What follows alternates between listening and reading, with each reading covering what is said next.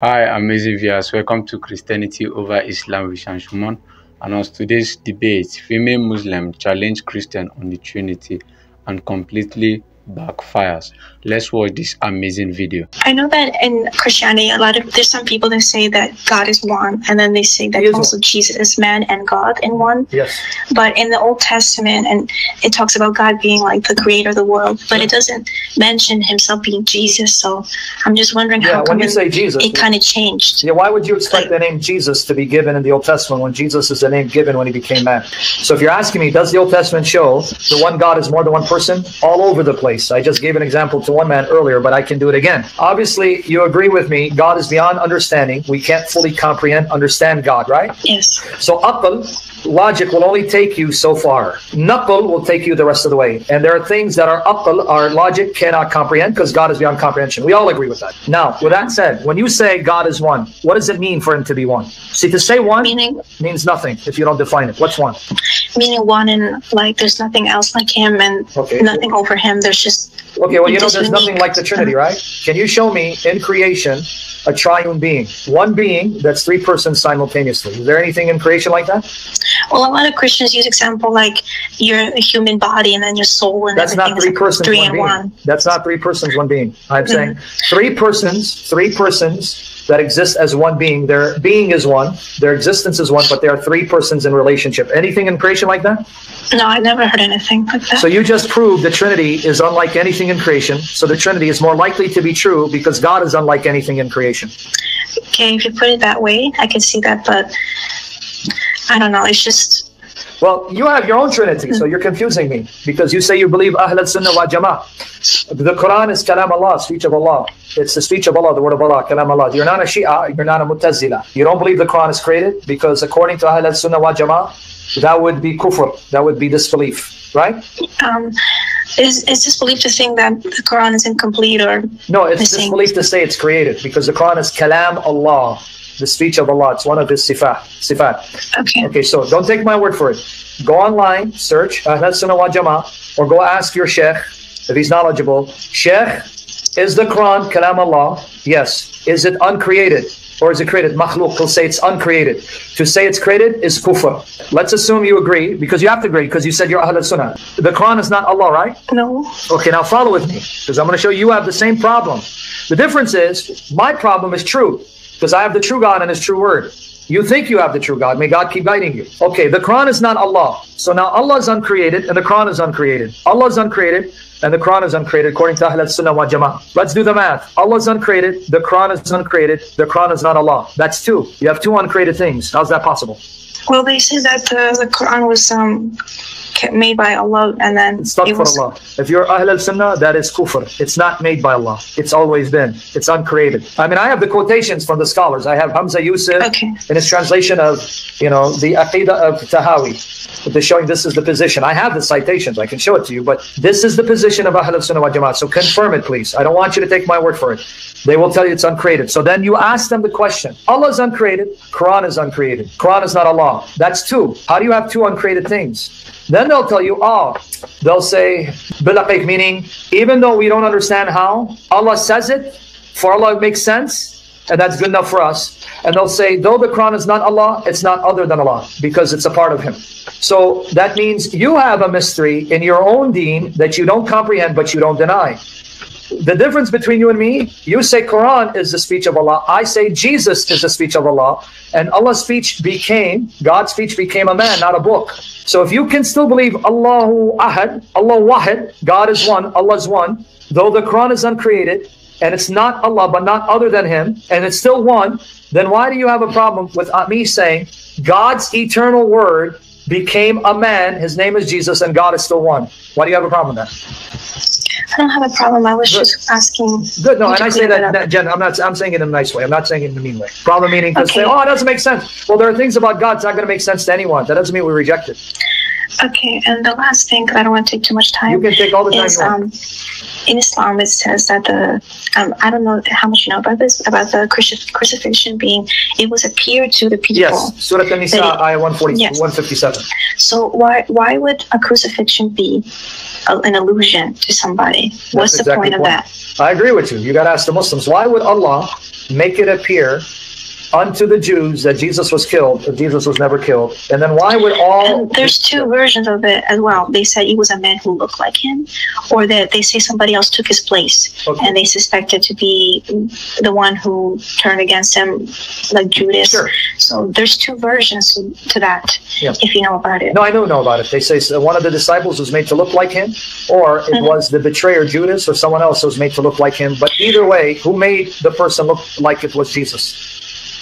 They said Allah, and then it said also Allah is the best of deceivers. But I'm just wondering, but what's the point to deceive somebody to become a Christian when the message is Islam? Well, it never happened. That's what I'm saying. The Quran doesn't know what it's talking. That's why we're not Muslim, because the followers of Jesus and all the earliest documents, and prove me wrong, quote a serious, not a joke, conspiratory theorist who doesn't believe Jesus existed. Quote any serious historian, even someone like Bart Ehrman, who's not a Christian, any serious historian, and get them to say Jesus was not killed by crucifixion. They all agree on this. The one fact they agree. They'll deny Jesus is God. They'll deny that he claimed to be God. They'll deny much of the New Testament. But they'll say one fact we know, Jesus was killed by crucifixion. And they'll say another fact we know, his disciples, those who knew him, like Peter and Mary Magdalene, went around preaching that he was killed by crucifixion and God raised him from the dead. So according to Islam, that means Allah convinced the Hawariyun, the disciples of Jesus, Jesus was killed for their sins and God raised them to vindicate him. Why did Allah do this? Allahu Alam, they'll tell you. No, because Allah didn't do anything. Jesus was killed and he was raised from the dead because he voluntarily died for my sins and now is risen as Lord of creation. And if I trust in him, I will be saved. In fact, according to you, Ahl Sunnah, where's Isa alayhi salam? That's what you guys say. Where is he now? They say that it says he wasn't killed nor crucified, but he was raised up to heaven. Well, you know what the sad thing is? It doesn't say heaven. They're deceiving you. I'm going to give you two ayat from the Quran. Surah Al-Imran, chapter 3, verse 55, and I'll read it for you if you want. And Surah Al-Nisa, chapter 4, verse 158. Okay, it says, when Allah said, "O Jesus, indeed, I will take you and raise you to myself, and purify you from those who disbelieve." Now, 4:158, it says, "Nay, but Allah raised him to himself." The Quran doesn't say Jesus was taken to heaven. The Quran says Allah raised Jesus, took Jesus to himself. Where's Allah? They said in his throne. Okay, where's Jesus if Allah took Jesus to himself? Well, I don't know. That's why I'm asking you. Well, the Quran says it. Here, let me read it. Okay. Nay, Surah An-Nisa 4:158. Nay, Allah took him up to himself. Jesus was taken to Allah. Wherever Allah is, that's where Jesus went. So if Allah is on the throne and Allah took Jesus to himself, where is Jesus according to the Quran? I don't want to say anything that I don't know. I know. No, I know you're scared. May Jesus set you free from your fear, because Jesus does not give you a spirit of fear. It says he gives you a spirit of boldness, right, and of love, not a spirit of fear and timidity. So may Jesus, the true Son of God, save you because he's in love with you. Now, if I just go by the Quran, I'm going to repeat it again, 4:158. And if you have the Quran open and read it, it's right there. Surah An-Nisa, chapter 4, verse 158. It says, "Nay, Allah took him to himself." The Quran says Allah took Jesus to where Allah is. That means if Allah is on the throne, Jesus is on the throne, and he's been there for 2,000 years. What in the world is Jesus doing with Allah on the throne for 2,000 years when even Muhammad is dead and buried in the tomb? I don't know. Exactly. You won't know. You know why you won't know? Why? Because you're following the false religion. If you come to the truth, you will know. In fact, I'm going to give you some more questions. I'm not debating you. And if you don't have an answer, it's okay. I want you to think about it. You know, the only woman mentioned by name in the entire Quran is Mary, the mother of Christ, right? Maryam. Yes. And you know that in Surah Al-Imran, chapter 3, verse 42. Chapter 3, verse 42, it says that Maryam is the greatest woman, that Allah preferred her and purified her and chose her above all women, right? Yes. And you know, according to Sahih Bukhari and Sahih Muslim, it says, according to your prophet, this is the tafsir, the exposition, the interpretation of chapter 3, verse 36, where Mary's mother prayed to Allah, and he goes, I entrust her and her offspring. I entrust Mary, my daughter, and her offspring to you to be protected from the accursed Satan. And then Sahih Bukhari and Sahih Muslim state that your prophet said that Satan pricks all the children of Adam when they're born, except Mary and her son. Yeah. You know that, right? Yeah. Okay, so now follow me. Mary and Jesus are the only human beings Satan could not touch, but that means he touched your prophet. Mary and Jesus right, are the only human beings in the Quran said to be pure and sinless. Mary is the only woman mentioned by name in the entire Quran. Not even your prophet's mother or his wives or the wives of anyone or the mothers of anyone are mentioned. Mary is the best woman Allah made. Mary has an entire chapter named in her honor. So my question to you, why is Mary so honored? Pure, like her son is pure, the only woman mentioned by name, has an entire chapter named in her honor, the greatest woman Allah created. What makes her so special? If Muhammad is the best, how come his mother is not mentioned? She's not the best. She's not preferred. And according to Sahih Muslim, she's in hell. Who is in hell? His mother? Yes, that's in Sahih Muslim. Yes, I read something that there's some narration that the Prophet cried for his mother. Yes, Sahih Muslim. Yeah. I have it in my articles. Sahih Muslim, and it says also, in Sahih Muslim. If you look at Noah, or Nu in Arabic, his wife and his son were disbelievers. Good, because they're not as great as Jesus. So what makes Mary great? You're making my point. What makes Mary great? Well, the same thing about her being pure is like how Jesus was created without a father, but then somebody could say Adam was created without a father, so what would make him great? Okay, let me show you why that's a silly argument. Was Adam the first man? Yes. Could he have parents? No. Was Eve the first woman? Yes. Could she have a mother? No, her father. So why was Jesus born of a virgin when it wasn't necessary? He could have been born to human parents. So why was he born of a virgin then? I don't know, but I guess exactly. You don't know, right? Like it's like there's different prophets for different reasons. So none of them that's just have the qualities of Jesus. None of them. Show me in the Quran where someone other than Jesus is said to be pure and his mother pure. Show me that. Show me in the Quran where someone besides Jesus was born of a virgin. Adam and Eve, bad argument, because Adam could not have parents. He's the first man. Eve, first woman. She couldn't have a mother. But for Jesus, he could have been born the natural way, like your prophet was born the natural way, like Abraham. But for some reason, God decides to cause Jesus to be born miraculously, and yet you Muslims don't know why. And then on top of that, the Quran and Hadith call Jesus Kalimat Allah, Ruh Allah, the word of Allah and the spirit of Allah. And it says it's also it's called the Rasul, the one who comes. And Rasul is common to everyone, right? Rasul is common to everyone, right? Everyone, Abraham is a Rasul and Moses is a Rasul, right? No, yes, they are. I'm pretty sure that the Rasul is the one who came with the book, like Moses with the Torah, the Injil, the Bible, Jesus, and then the third book. Okay, in Surah An-Nisa, chapter 4, verse 163, 164, a list of names of given, and they're said to be Rasul, meaning apostles. So what I'm trying to say is, this term Rasul, is it only one person? The Nabi. I think Nabi is the one. Not in Surah An-Nisa, it doesn't say Nabi. I know your argument. There it doesn't say Nabi, it says Rasul, Rasul.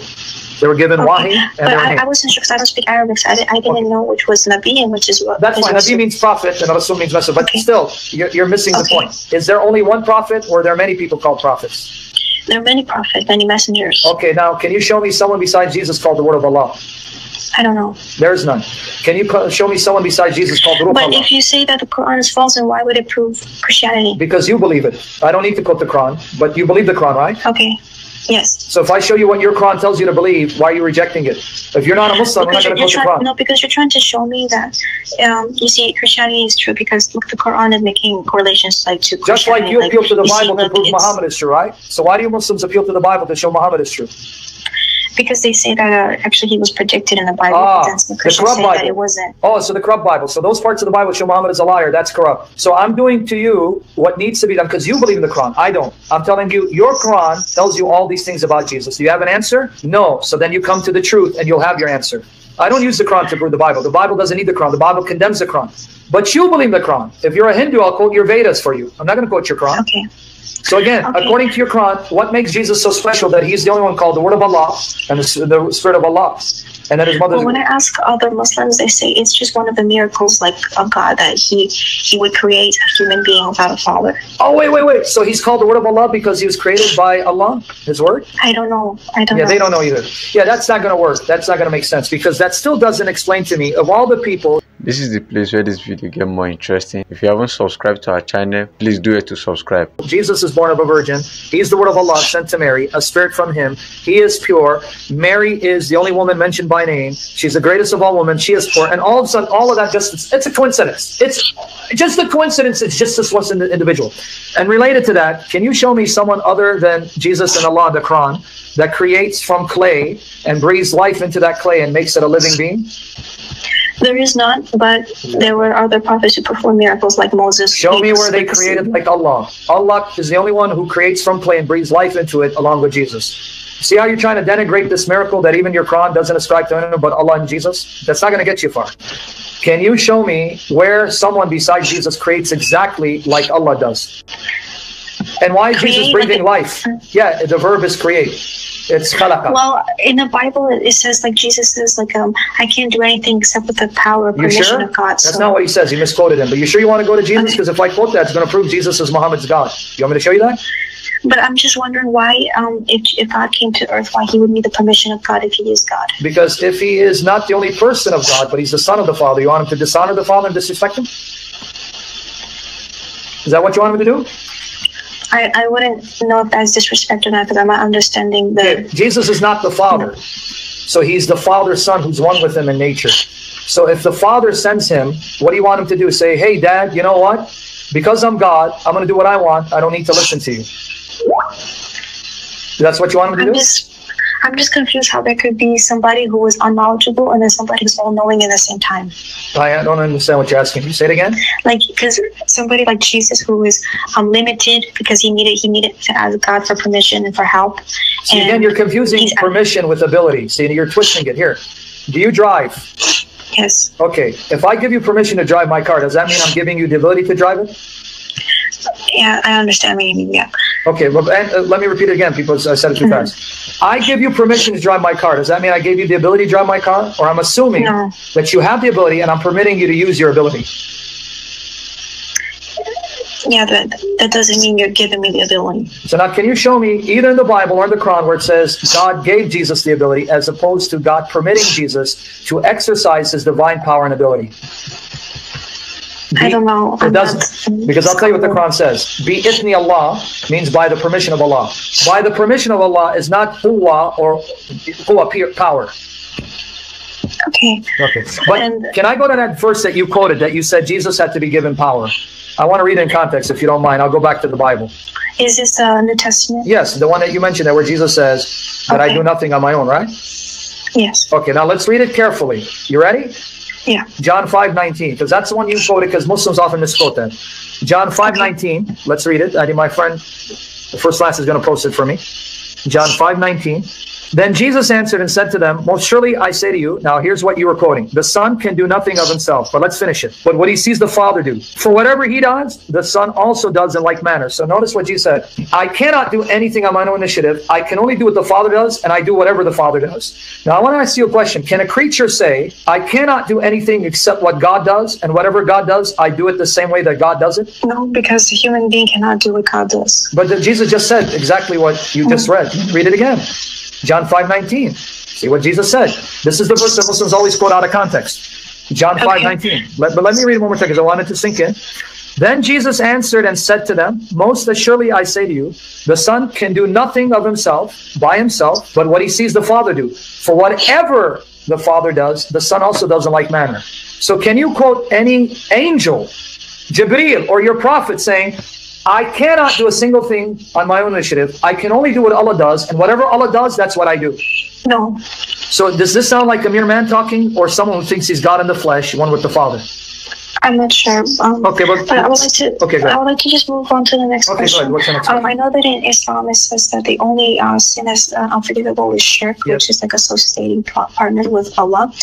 And basically, a Muslim could go to hell if they do things like they don't pray their 5 daily prayers, or they miss Ramadan on purpose and other things, but they will only go to hell for a short time.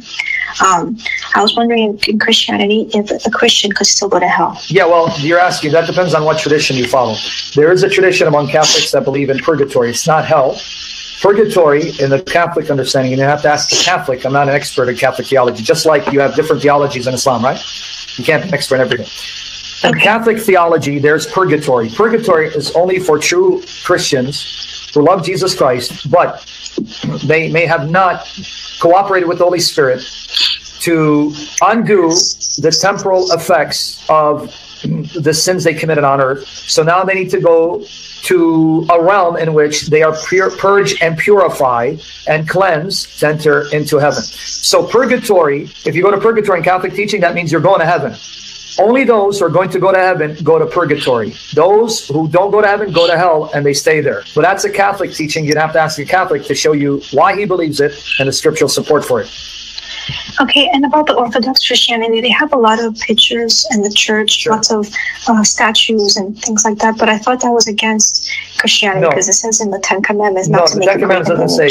No, it doesn't say no pictures. Ten Commandments says you don't make pictures of things that you worship as gods and goddesses. There's a difference.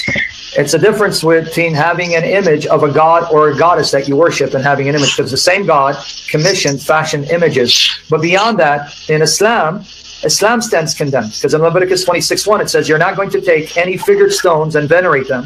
So why does your prophet make it sunnah? And why did he kiss a black stone, smother a black stone, and touch a black stone, and made it sunnah for you when you go to Hajj or Umrah, that if you can, you must touch and kiss the black stone? Well, I don't know much about Hajj Umrah. But that isn't Hajj. Don't take my word for it. Ask the Muslim. When you perform Hajj or Umrah, one of the rites of Hajj, not only do you run between Safa and Marwa 7 times, and run around the Kaaba 7 times, and throw stones at Wadi Mina. If you're able, because of the crowds, you may not be able, you must touch the black stone and kiss it. And there is a hadith in Bukhari where Umar ibn al-Khattab said, when he's about to kiss it, he goes, "Indeed, you are a stone, and I know that you can neither harm nor benefit me. Had I not seen the Messenger of Allah kiss you, I would not have kissed you." So he didn't understand the logic of it. So according to the Sharia of Musa, Muhammad stands condemned. And if you do that, you stand condemned. Because that is a stone that has no significance. It was a stone venerated by the pagans that Muhammad took over. But coming back to your question, the Bible doesn't say you can't have images. It says you can't have images of things that you worship as gods and goddesses. And I can show you in the Bible where God himself said, make an image. An image that you don't worship as a god or goddess, but an image nonetheless. That's in the Bible. I can show you that if you want to see it. Okay, but why didn't some Orthodox, like those hymns and stuff, they say like Mary, Mother of God, and they kind of like praise her? Well, I mean, think about it. If Jesus is God in her womb, he didn't stop being God. In one sense, she's the mother of God, in that the baby that's forming in her womb, taking a physical body, is still God in her womb. So technically, even though you don't believe it, I'm not saying believe it, but technically, if Jesus was God in her womb, technically, isn't that the mother of God? If you put it that way, yeah. Okay, that's the thing. So the debate is, do you accept that Jesus is God who became a human baby and he took a human nature from the blessed womb of his mother? Well, you reject that. But let's say you believed it. Jesus is the eternal word of the Father, the eternal word of the Father. Kalimat Allah, like the Quran says, or Hadith. And that eternal word entered the womb of Mary and reside in her womb, taking a physical body, human nature, by the power of God, to become a human baby. But in that womb, he's still the Word, he's still divine, he's still God. So technically, she'd be the mother of God, right? Like I said, if you put it that way, yes, but I'm not going to... No, that's okay. I'm not saying believe it, but now you get the logic. So that's why Christians say what they say. They're not saying Mary gave God his life, or Mary gave God his divine nature, or Mary gave birth to a divine person who didn't exist. They're saying that Mary gave to Jesus a physical body, a human nature that he took from her womb, but that Jesus is the eternal word. He's a divine person that existed before Mary and chose Mary to be his mother. That's what we're saying. And a lot of Muslims say that actually Jesus was Palestinian, but in the Quran it says Israel. Yeah, they're just saying that because they want to argue that the land belongs to them. That's, neither here nor there. But I mean, the term Palestine, it wasn't called Palestine at the time of Jesus. It wasn't. There's also no P in the Arabic alphabet. Well, even they'll say Philistine. It wasn't called Philistine. It was called Judea. The J is silent. But you get the point. Okay, and the last thing, a lot of Muslims say that it's the true religion because if you were to take all the Qurans and throw them in the garbage or in the ocean, the Quran could be brought back because it's memorized. Really? So what if somebody destroyed all the Bibles? How can you bring it back? Did anybody memorize the Bible? Then how do you explain the fact you have at least 38 different Arabic versions of the Quran, and even in Islamic tradition, you have 7 qiraat of the Uthmanic Mus'haf, and those 7 came down through 2 chains for a total of 14 qiraat plus 3 others for good measure that was chosen by Mujahid centuries later. So then which of those Arabic versions is the actual original version that Uthman codified? And if memorization preserved the Quran, then explain to me why in Sahih Bukhari, volume 6, I'm giving you the English numbering, Sahih Bukhari, volume 6, number 510, Uthman ibn Affan ordered the Arabic Masahif, the Arabic Qurans, the copies of the Quran written in Arabic by Muhammad's companions such as Abdullah ibn Masud and Ubay ibn Ka'b be gathered and burned and destroyed, because those Arabic Qurans, they disagreed so much with one another. Some Qurans had verses that the other Qurans didn't have, if memorization was able to preserve it. Didn't Abdullah ibn Masud memorize the Quran? Didn't Ubay ibn Ka'b memorize the Quran? If so, why is it when they wrote down the Quran, their Qurans contradicted each other and didn't completely agree? I don't know about that. I just know that. Yeah, of course you're not going to know. They're not going to tell you. Exactly. They're not going to tell you. And as far as the Bible is concerned, let me tell you why the Bible can't be destroyed.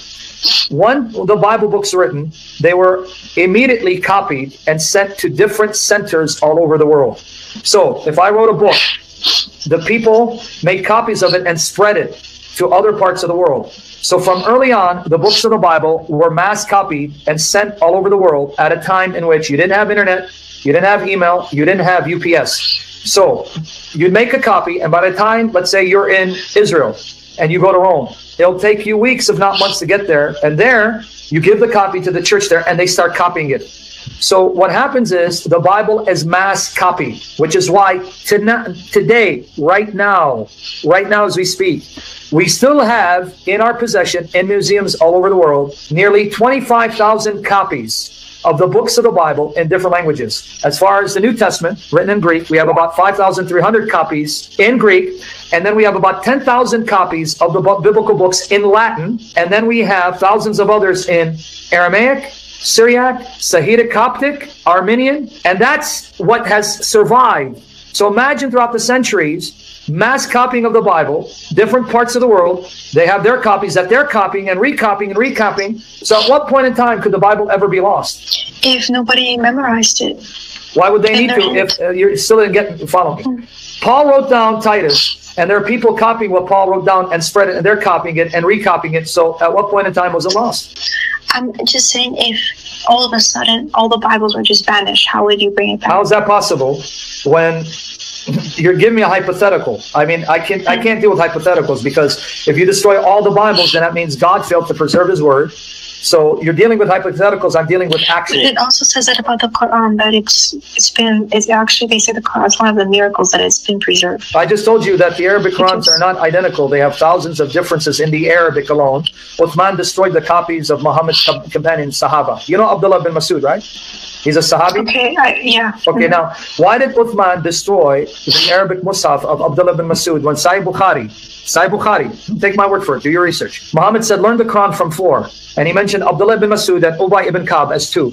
Abdullah bin Masud and Ubay ibn Ka'b, their Qurans disagreed. One had verses the other didn't have, and one had more surahs than the other. And Uthman destroyed both their copies, and he standardized the one produced by Zayd. Who gave Uthman that right? Why did they destroy their copies? And why did their copies disagree when they memorized the Quran from Muhammad? Why didn't their memorization agree? Welcome back. Hope you've learned from this amazing video. Please do it to like, subscribe, hit up the notification button so that each time we drop our new videos, you'll be notified. And do it to write in the comment section whatever thing you've learned from this amazing video. As you can see in this video, this lady was saying that Christians do believe that Jesus is God and Jesus is the Son of God. Why we Christians believe this kind of belief? Why there is no proof written in the Quran? Now she's taking it in her own part, in the Muslim part, because she said the Muslims only believe that God is the word of God. They believe the 3 ways of God, that he is the word and God is God and he's the only one, there's none like him. So Shamoun started to enlighten her, started asking her a question. He said, did Adam has a father? She said no. Did Eve had a father? She said no. Then who created Adam and Eve? Then she said it was God. So this is the same way that God can create himself and bring himself here on earth. So she began to find out that in the Bible, the Holy Ghost came to dwell in Mary and she brought forth Jesus, because God need to bring himself to flesh, to manifest himself in flesh to men, so that men can see him in a person. So the word, the Islam believe that is called that the Allah word, that is Jesus Christ that is speaking there. She began to find out this truth that was written in the Bible. So some began to show her that in the Quran that they don't believe this truth that he's saying. That is the difference between the Islam and Christian. So she began to find out where Jesus Christ made the statement and said that he can't do anything without the Father. So that means the Father and God are all one, because everything Jesus Christ is doing, he need his Father will to do, because he don't do anything without his Father will. So this is the sense to tell you that Jesus is the Son of God. Hope you've learned on this amazing video. Please do it to like, subscribe, hit up the notification button so that each time we drop our new videos, you'll be notified. Thanks for watching this amazing video.